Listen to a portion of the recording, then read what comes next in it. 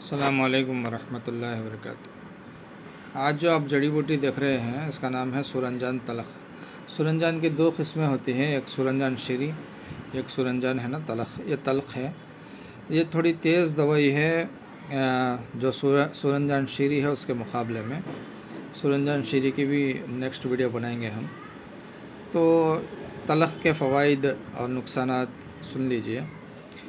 اس کے جو سب سے پہلے ہے نا مقام پیدائش جو ہے یہ مصر کے اندر، انگلینڈ کے اندر، آئرلینڈ کے اندر، اور ہماری جو انڈیا ہے کشمیر کے اندر پہاڑوں کے اوپر یہ اس کی پیداوار ہے۔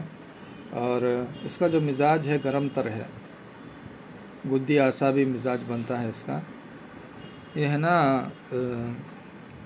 گدود کے اندر، جگر کے اندر تحریک پیدا کرتی ہے، محرک گدود ہے، اور عضلات کے اندر تحلیل پیدا کرتی ہے، اور اعصاب کے اندر تسکین پیدا کرتی ہے۔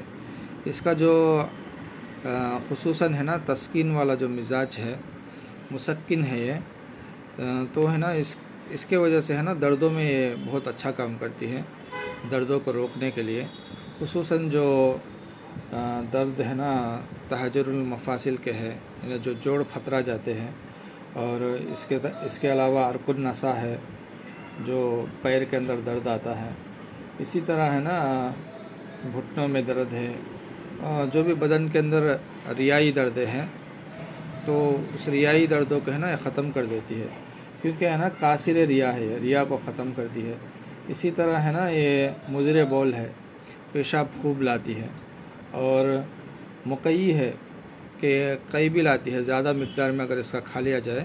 اس کے مقدار خوراک 1 رتی سے لے کے 3 رتی ہے۔ 3 رتی آپ جب استعمال کرتے ہیں زیادہ مقدار میں تو یہ قی لاتی ہے، اور اسی طرح ہے نا شدید مسل بھی ہے۔